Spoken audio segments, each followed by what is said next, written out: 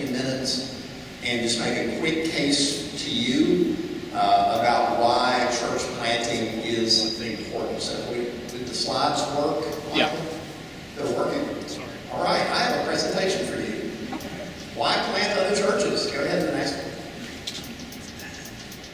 Number one, you plant churches because it's the church's mission to make disciples and spread the gospel. That obviously it needs to be the heart, the center, the focus, the thrust of what we do.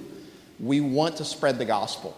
We want to make disciples. And the next point shows us why that's important. The importance of the church in God's purposes. The church is God's plan. That this is primarily God's plan for how the gospel is to be spread. That as the gospel is spread through the world, in the book of Acts, churches begin, and then those churches take the responsibility of making disciples. And I would just say, as far as ministry work goes, I can't think of a much better way to be involved in ministry than being involved in helping another church begin.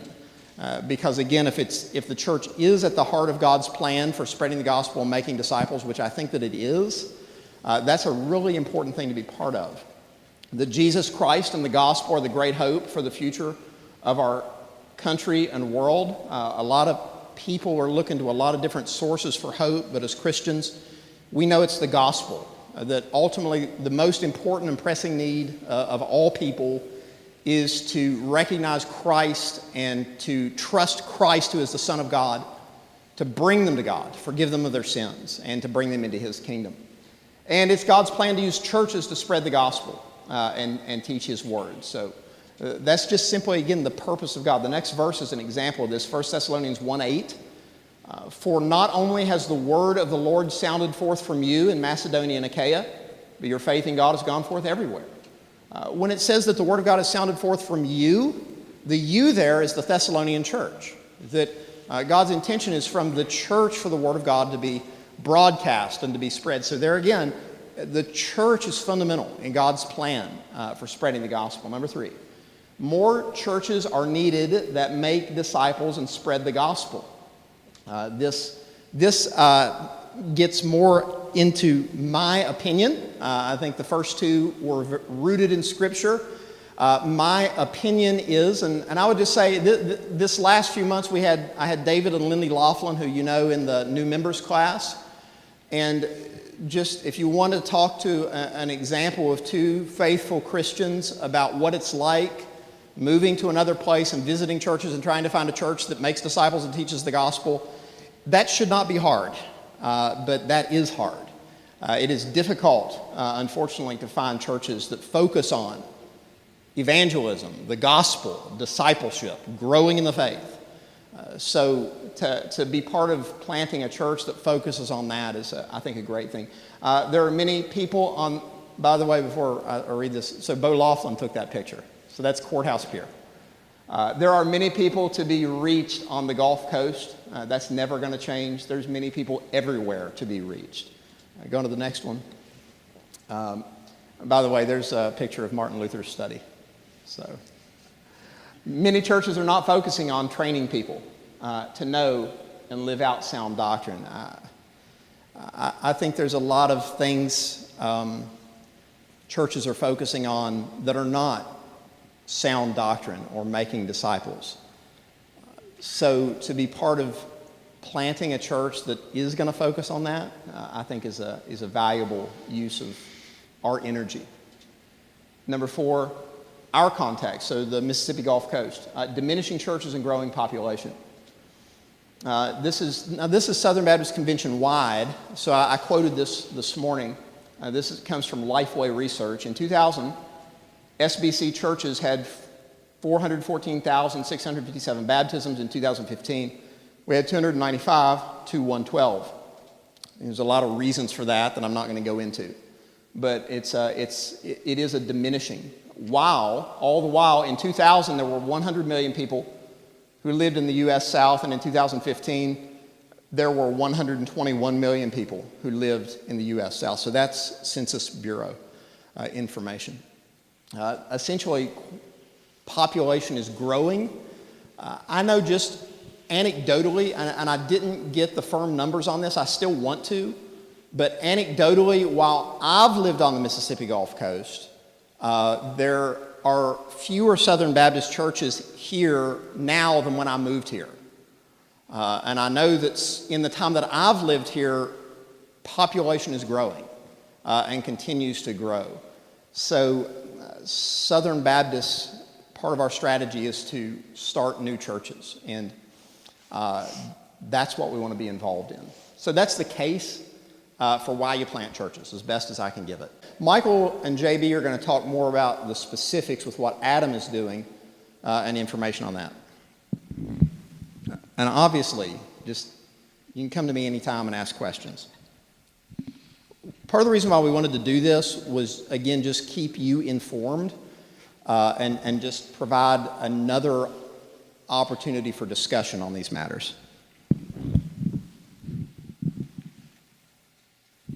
All right, so when we came to everybody back in last May, one of the things we talked about in the discussion of this and kind of trying to move forward was we wanted to be open and transparent throughout the process. And part of the reason that there hasn't been a whole lot of information as far as like church specifics and how we're going to be involved and stuff like that is because those haven't been confirmed up until now.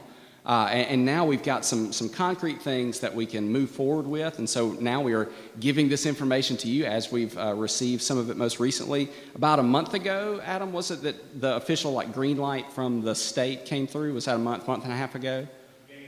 The beginning of February, so just over a month ago. That was one thing when we voted back before, we were voting to affirm Adam as a church planner, and he was going to go on for assessment. So the assessment process took place, and he has since received the green light from them, and so that's something that has developed since the last time we discussed, because y'all didn't know that for sure at the combined Sunday school, right? At the time, right? So that's new information. I wanted to share that with you. He's also entered into the next step with them, which is a training step, which is they usually expect to take like 4 to 6 months or something like that. Is that right? And Adam can answer a whole lot more questions about some of the specifics regarding these things, but this is just kind of some bullet points as to what has happened so far. With that comes the state association, the Mississippi Baptist Convention Board, essentially partnering with Adam and Justin and the church plant, committing some finances and some help over the next 3 years. Also, our local association, Gulf Coast Baptist Association, is entering into a similar partnership where they're going to work with Adam and Justin and Back Bay Church, and also have some financial support for them. So that's great news. Something else that they've been doing is every other weekend they've been having what they call core group meetings. A lot of that is involving prayer time, where they're praying for the area, they're praying for faithfulness, they're praying for opportunity to share the gospel with people. And so that has been continuing on. There's some more timeline information we can give you if you have any more questions, and we can make that information available. The thing that Chris just mentioned as JB came in, we've also, they've put together what they've called a Provisional Advisory Board. And essentially it's this body. I'll read an excerpt from the document that kind of defines it. It says, the Provisional Board of Advisors is a group of godly men called together to give temporary oversight to the vision, mission, and leadership of, and unquote, Back Bay Church, because the original said North Bay.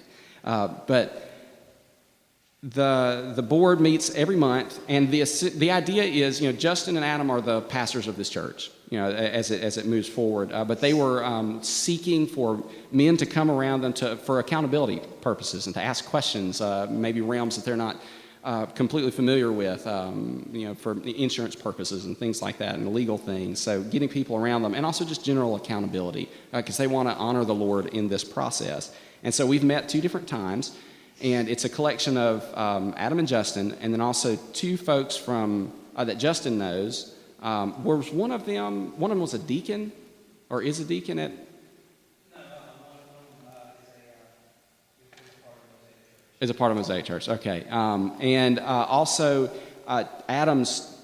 This is a terminology that these church planting people use. His church planting coach, Israel Cox, is the pastor out at Crosspoint Church, which is a relatively recent church plant in our association. They started back in 2004, but he's recently walked through it, and they seem to be doing very well. And so Adam has been had opportunities to meet with him. He comes to this advisory board meeting. Also, JB and myself are there, and we've had an encouraging time of meeting with them and hearing about progress and opportunities.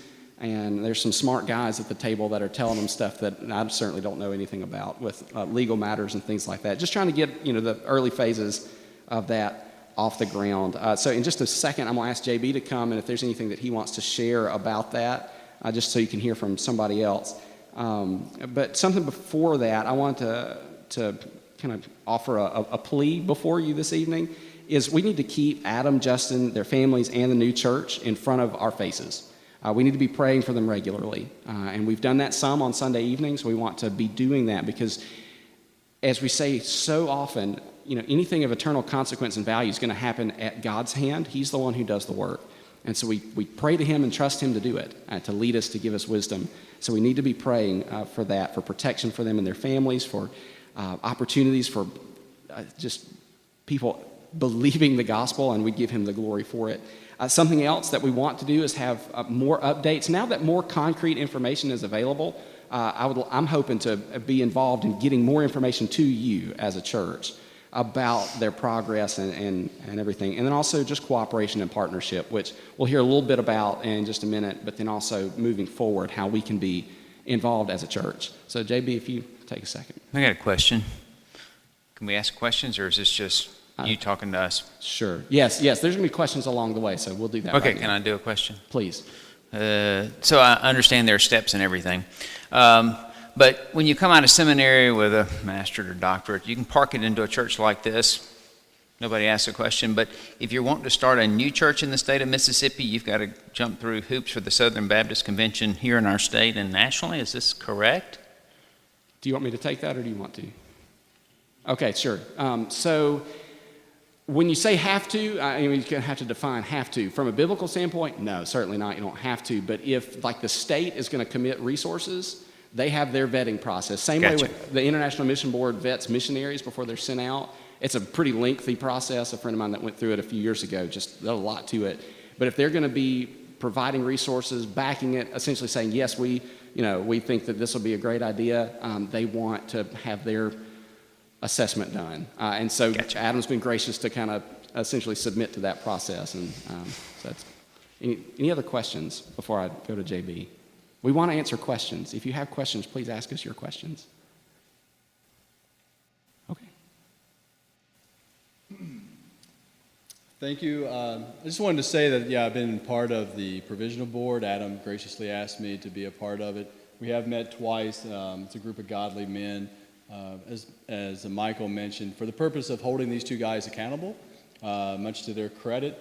They want to make sure that the people that are supporting and getting behind this effort, there's accountability in the process. So we've been able to give them good discussions about how to set up the organization, even early onset things, as how to handle the funding to make sure it doesn't look like, hey, these two guys are just setting up some church to abscond with people's monies and run off and go into Bermuda or something like that, right?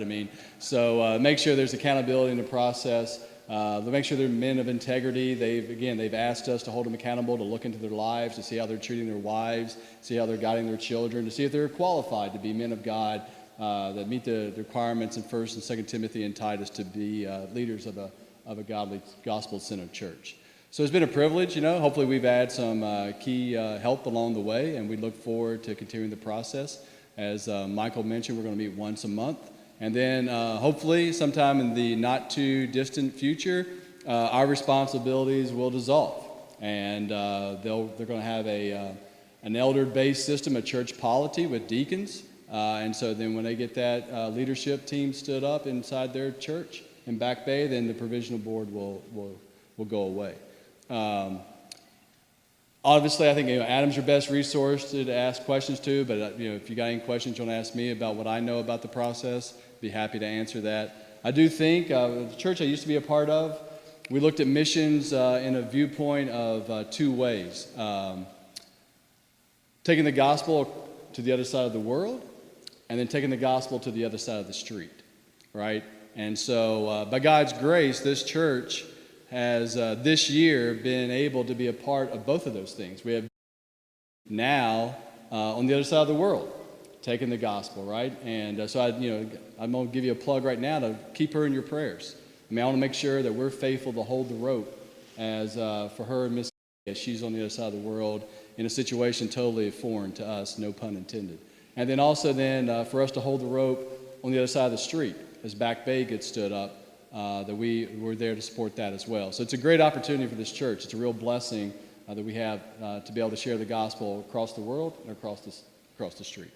All right, thanks. All right, so being a Baptist from way back, even though I'm only 42 years old, I know Baptist life and I know Baptists, and I love Baptist history. And there's been a lot of bad reasons Baptist churches have gotten started. This is a good reason. A lot of times churches get started because of a fight, disagreement over silly, not weighty issues.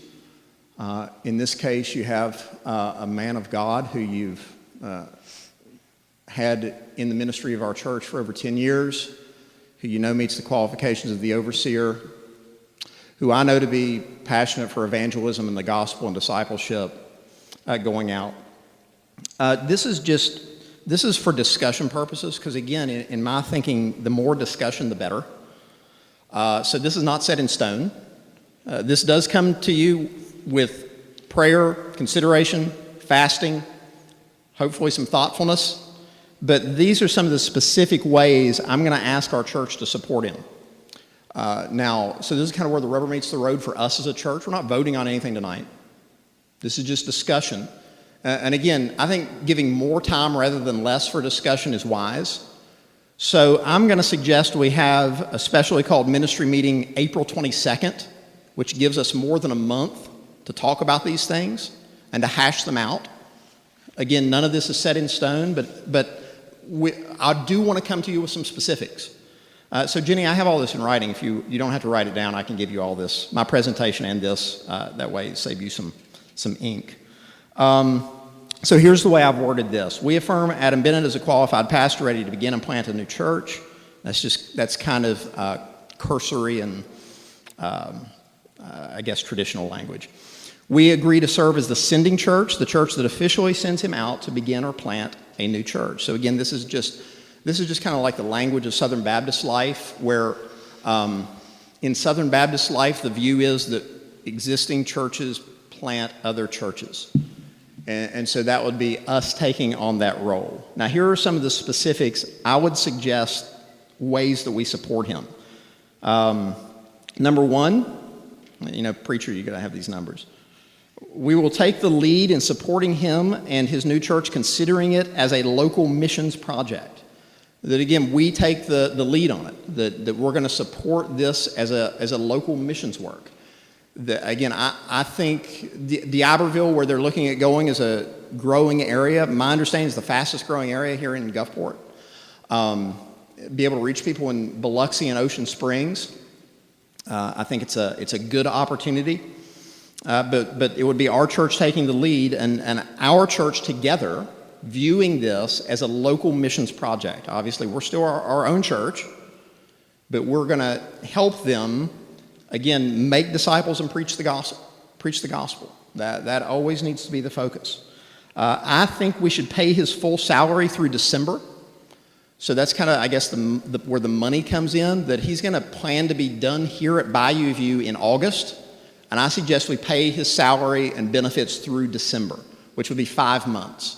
That gives him time to kind of get his feet on the ground and get established. Adam's plan is initially, at least, or for however long necessary, to be bivocational. So he's not expecting to be like 100% supported from our church, but he's in the process of finding employment and working in employment. So that's his plan. But I think it's just the right thing to do. Oftentimes when people leave good companies, those companies support them and continue to pay them for a certain amount of time. Then beginning in 2019, we would pay him $1,000 a month plus benefits through June.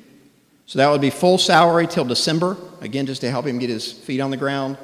And then through the first half of 2019, pay him $1,000 a month plus health care benefits through June. And then in June, reevaluate our financial perspective and his. I mean, we don't know where he'll be financially or where we will be at that time. But that way we essentially commit for a while. Now, this is just financial commitment. I think we should commit to obviously continue praying for them and viewing this as a local missions project until their church is really self-sustaining. And what I mean by that is when William Carey, one of the first Baptist foreign missionaries, went to India, he was there for about 6 years until he saw his first convert.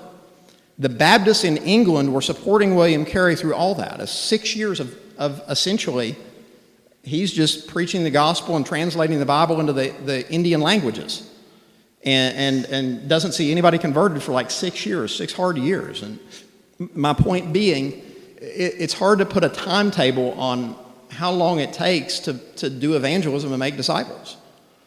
And again, if we're going to support him, I think just the right thing to do is say, hey, we love you, man. We believe in preaching the gospel, spreading the gospel, making disciples. We know you're sound. We know you want to do it biblically. So we want to support you. So that just means us praying for him and helping him in whatever ways he needs help. One of the things like Michael alluded to is as a church, if we take it on, we want to receive regular reports from them. That way we're connected with what's going on. It's not like a detached thing. It's not like some missionary you hear from like every other year. No, this is something local, something we're taking the lead on, and we want to hear regularly what's going on. What are you doing? How are things? Right? Are people growing in their faith? How are you doing evangelism? How are you reaching out to people in D'Iberville and Biloxi and the area like that? So we had deacons meeting, I believe, last Sunday night. I presented this to them, and there was no conversation. But also the finance stuff, we've got to meet with the finance committee to see how viable that is. So again, most of you know I'm not a numbers person. I can do a spreadsheet, that's about it, but I am not financially minded. So we got to meet with the finance committee and see how viable this is. So that's on the upcoming. Again, just for discussion. Any discussion? Questions for me, Adam, Justin, Michael, Dan? How have other churches done it? Very similar to this. I guess, Adam, you're probably better off at answering that question than me because he knows more about church planting than I do. You want to answer that one? How have other churches done this? Specifically the whole process? Yeah, just in general, how do churches go about planning another local church?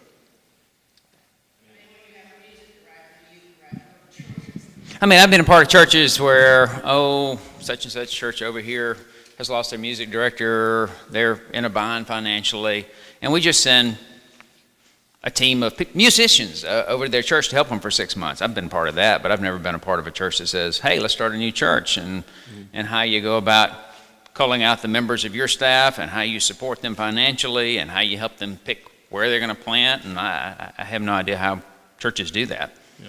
I mean, is what Chris is suggesting reasonable, right, and in line with what others have done with people in your position? As far as I can tell, yes. So it fits within a broad spectrum of how churches are planted by other churches. Sometimes you have very large churches that are planting churches, and man, they're able to send out a church planter and 100%, pay and everything like that for years. Yeah. Some churches do that. Some churches, they want to plant churches. I know of a church in South Carolina, and I think someone told me that they've planted 50-something churches. And they're smaller than we are. And so people do it in different ways. Typically, what happens is churches will raise up somebody from within themselves and send them out.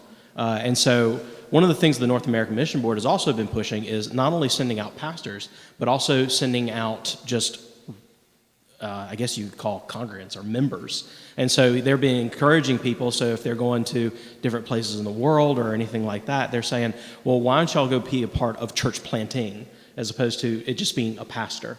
When it comes to leadership, Lucia back there, she mentioned, well, what about leadership? Again, that kind of fits on a broad spectrum of how different churches have done it and how different churches have started.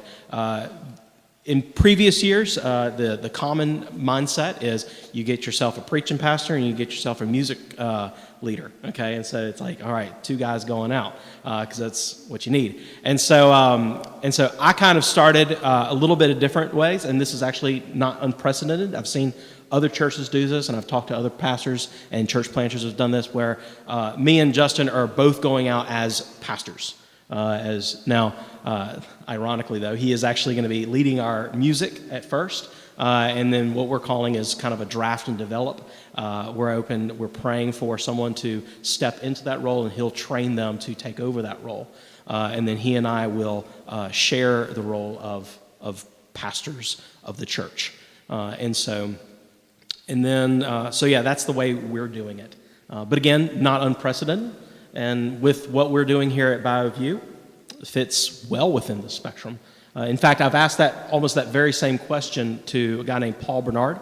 He's the pastor of Overflow Church, and he's the leader of the 242 Network, which is the Mississippi Baptist Convention church planting network that I'm training through.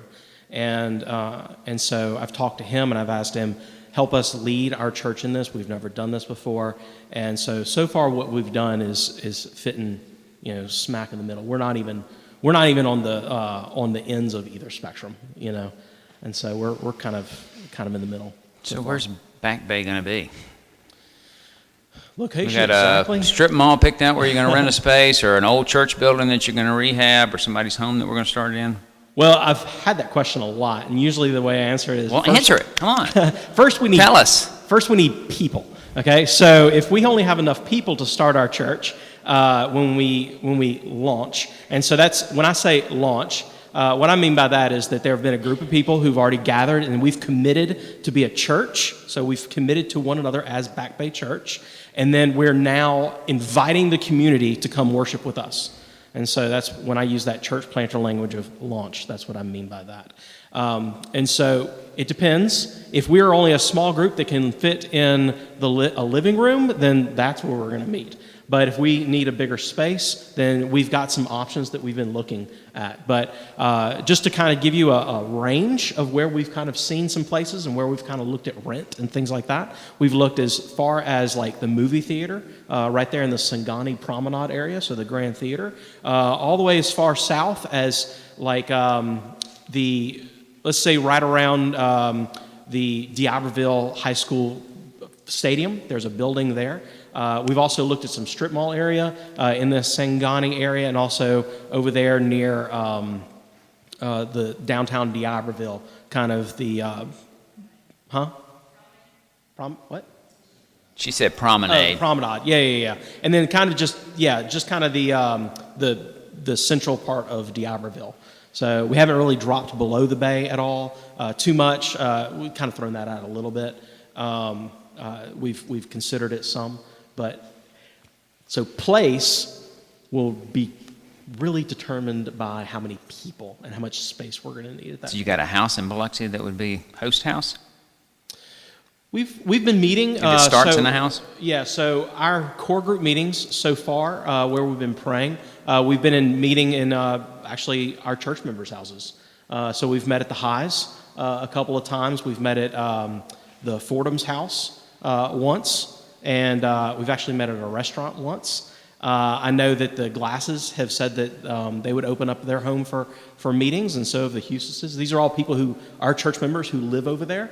And so I've asked them if we need a place to meet, would they open their home for meetings? And they said yes. So that's cool. And then hopefully as we meet people over in that area and as people get more involved, maybe one of their homes will open up. So. How close is too close to the next Baptist church down the street? Depends. Depends on how healthy that church is. If that church is in a place where they're not growing in discipleship, but they're kind of just having a meeting every week, then honestly, I just don't know if anything is too close in that case. Now, if you're talking about, say, let's take First Baptist Church Biloxi. First Baptist, and then there's Parkways coming in the D'Iberville so they're Promenade area. I would think Promenade would north. be full of churches with they're north of the Biloxi Promenade there area. and Parkway. Yeah, and so I wouldn't want to be across the street from one of those two churches necessarily, and so I wouldn't want to just be across the street from them or anything. But we have little neighborhoods and whatnot in those areas. So I don't know how too close. I think too close is I can throw a stone, But location is a factor. I think people is the bigger factor because that's what the church is.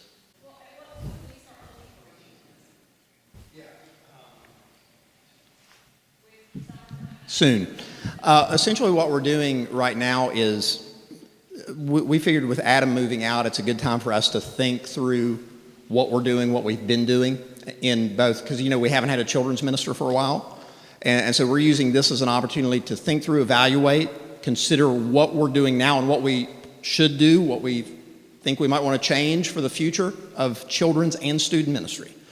So essentially, the way we've begun that process is Michael and Adam sent out a survey to parents a few weeks ago.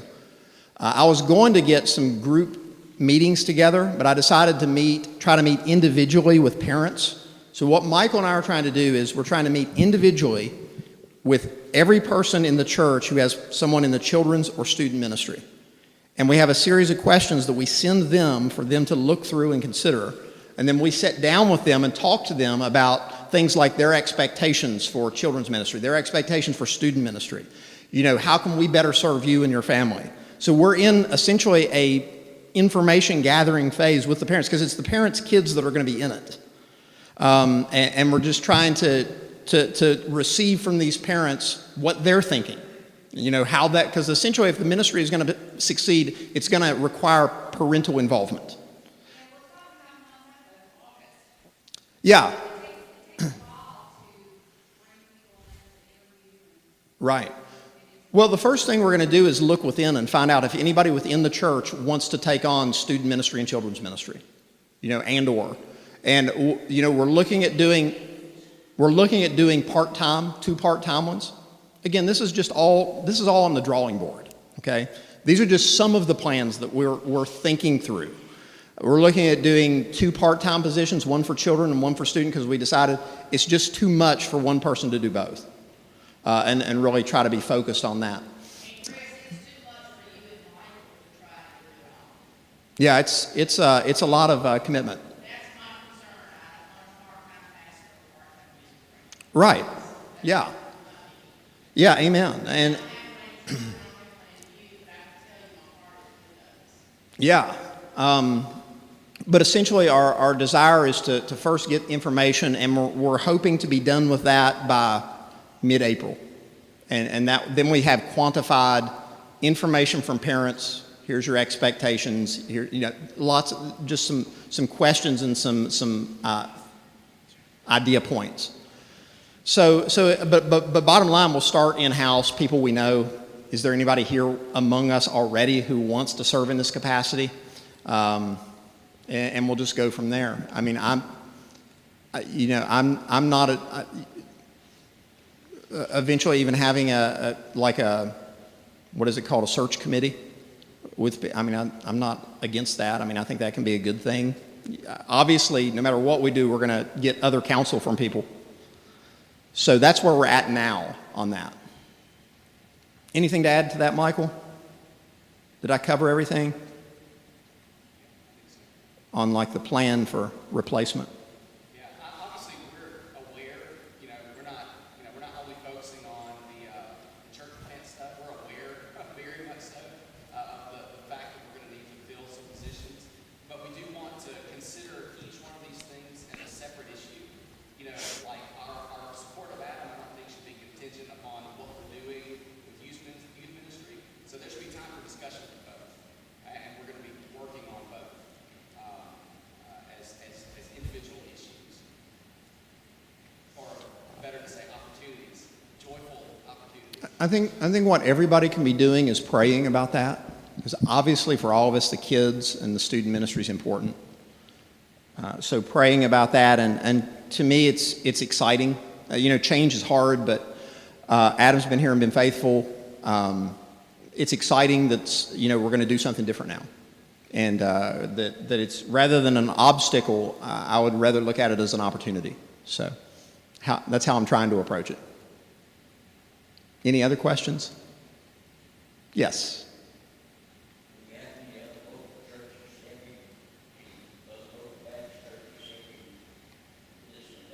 Yeah, we do. We do. Like Adam's, essentially the main, teacher, mentor Adam has is at Cross Point, which is a Southern Baptist church. Adam is reaching out to some other churches too, for them to help, and support him. And I know he's already, I think you've got support or a promise of support from 2 other churches so far.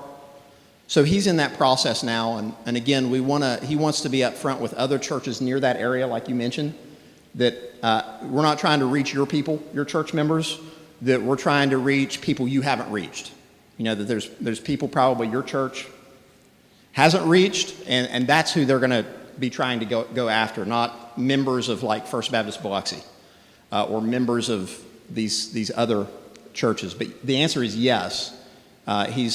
He's doing that and done that and will continue to do so. Anything else? All right, well, again, just up for discussion. Talk some more. Think about questions. Please pray. Again, it's a great opportunity. Thanks, Dan.